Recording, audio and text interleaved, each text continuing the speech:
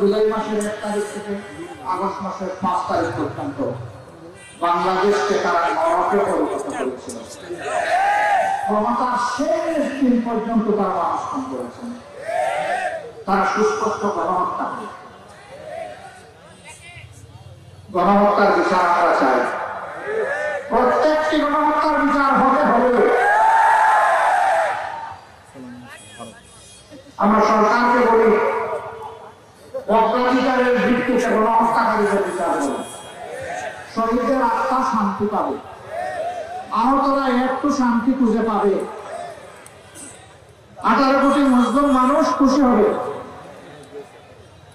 তবে হ্যাঁ, সমাজে আরো অনেকগুলো গুরুত্বপূর্ণ কাজ আছে, সেটাও করতে হবে।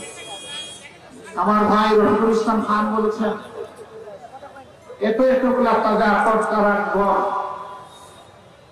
1000 থেকে 2000 তারা খুন করলেন 1 মাসের ভিতরে।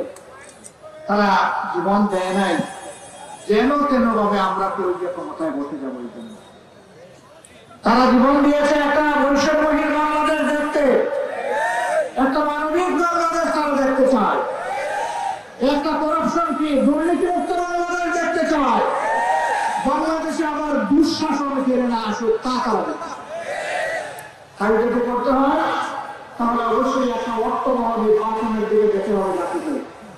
আর সেই নির্বাচন করতে হলে অবশ্যই গুরুত্বপূর্ণ কিছু সংস্কার সাধন করতে হবে। এই জন্য জামায়াতে ইসলামী 5 তারিখেই বলে দিয়েছে, এই সরকারকে আমরা যৌক্তিক সময় দিতে চাই প্রয়োজনীয় সংস্কার সাধনের জন্য। তাড়াহুড়া করে আমরা নিজেরাও ক্ষমতায় যেতে চাই না, কেউ তাড়াহুড়া করে ক্ষমতায় যাক সেটাও আমরা